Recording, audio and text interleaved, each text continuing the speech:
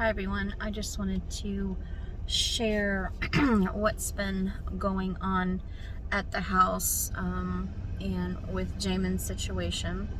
So they did release him from the other neurological or psych hospital basically, and that was Monday of this past week. And prior to that, Ray and I had been discussing all the different scenarios, whether or not I was going to live separately or he was going to live separately or whatever we had to do to keep me safe in this situation and how on earth we could financially make that happen. We let community mental health know very clearly that we couldn't do it unless we got some kind of help, and obviously, you know, they refused. And so we were stuck with, you know, Jaymon coming back again. The options that my husband has had has been to either just let the hospital, let the jail release him out on the street, or bring him in and keep him alive and take care of him. So it's not like we're turning down any other options or group homes, because anyone who knows the story knows Jaymon really needs to be in a group home with trained staff that can handle his medical, behavioral, his emotional, all of his needs. And that's certainly not us. Ray is only supposed to have physical custody. Only supposed to have legal custody, not physical custody, because he's also handicapped and disabled himself. And that leaves me as Ray's wife. You know, when we got married, I didn't live in the home until Jaymon had a placement for safety reasons. And, you know, so that leaves us with trying to figure out, you know, that as Ray's wife, and be very careful how I use that term, because when I married Ray, Jaymon was an adult. So the word stepmom has been thrown around by all of these agencies as if I'm mom and I have these responsibilities to take care of him. And, you know, publicly, you know, I'm actually trying to withdraw from that, because Jaymon should be the only one allowed to call me that, because he only functions at about 3 years old, and that's the only way he can understand the relationship. But that in no way makes me legally responsible for him. However, I have taken on that role in caring for him because they put him in my home. But it has gotten to a point where it is just unsafe. He's put me in the hospital. The amount of financial stress and the amount of physical, all of the stress has caused my cortisol levels to go up and all of these health problems to happen. So basically where I'm at right now, I don't know if you can see this, but this is one of my safe places, the gym. I had to leave the house.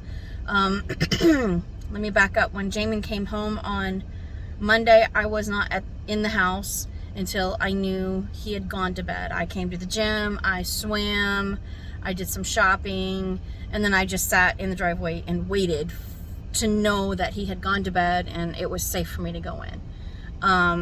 And Tuesday I attempted the same thing, but you know, I'm still recovering from anemia and some other health issues that are pretty serious, and I can't just be out of my own home, just out and about trying to figure out stuff to do.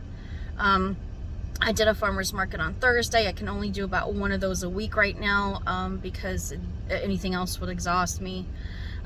Tried to just hide out on the basement on Wednesday in my soap workshop, but again, you can only spend so much time, you know, in one area, not do anything else, go up to the bathroom, whatever it is. And the police had to come again, you know, on Wednesday. Now they were able to calm Jaymon down. I will say that Jaymon is better than he was prior to all of the two psychological hospitals that he went to, and the one that was in between. He was worse than he had ever been during that in between 48 hours that he was back in the house. But he's still not safe by any means. He is better. The violent episodes aren't as all day, every day, aren't as often, but they're still happening. So I had to leave the house. and just leave. Once I knew my husband had things under control and he was going to be safe and the police probably didn't need to come. I don't know. I haven't heard. I saw 2 officers driving towards the house when I left, but that may be for something else. So I don't know. But we're being forced into some decisions that I think that, you know, I think I'm being forced to make a decision to actually be the one to have to leave. I don't want to do that. Ray and I have talked this all through. I'm not saying anything to the world out there that he and I haven't already talked about, but Ray applied for different types of benefits with both of them being disabled, and Jaymon supposed to have all of these services but not. Try to apply for services so that Jaymon can move and Ray would just live with him and still take care of him, but he was beat out of our house. He was turned down for everything, absolutely everything. And at this point, I think I'm probably going to have to be the one to leave, and I don't want to. But I think I'm going to have to for my own safety. I can't keep risking my life in these situations, and I'm not being over dramatic about that. I mean, it feels like when I say that, I am. It feels like this is not even a real world when I say that, because he's put me in the hospital. Just by being in the home, even when he's safe, it is the most stressful thing unless you have a special needs person in your life that is volatile and dangerous and violent, and you have to manage their mood for them and help them manage that mood all day. It's stressful. So even when Jaymon is safe, it's still stressful. If Jaymon didn't have the violent tendencies, he would be easy to get along with, but it needs to be managed. He is on a new med. It's going to take another 6 weeks or so to know whether or not it's working. It doesn't seem as potentially dangerous as the others where, you're going to hear voices in the middle of the night, but part of this that all goes into it is the overwhelming need that I have had to nest. And this has gone on for a couple years, and the bait shop took everything over, and we weren't home 14 hours every day during the summers, and not being able to do that, and I think it's not so much the need to nest. It's stronger now than it was when I was pregnant and bringing babies home. It's that need to create a home, and I think it goes towards being safe, because I'm not safe in that home. I'm not safe. There's maybe one little tiny area on the couch I might be able to sit, even when Jaymon's not at home or there, that and that hasn't been peed on or spit all over. Jaymon's first line of defense is to start throwing things and spitting when he's angry, and it's just difficult to not feel like you can be in any common area of your own home and not just be, nothing is safe, even when he's not there. Has this been spit on? What, got to pick up the pieces of all the stuff he's thrown. You're living defensively. You're living in a way that, if I set my keys down, they could potentially become a weapon. If I cut anything with the knife, I got to make sure that knife gets locked up in the dishwasher or locked up somewhere where he can't readily just grab it during a fit. That kind of living, keeping everything that you own packed up and put away, not able to have a nice throw pillow, not able to have a nice blanket on the couch, not able to have any decorations, anything up on the wall.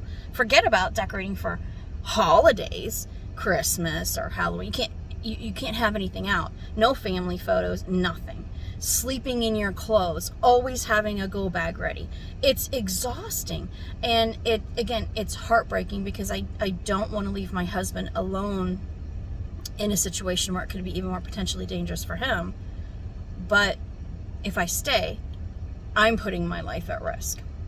So we're gonna probably maybe make another video a little bit later, and trying to find the resources to actually pull this off.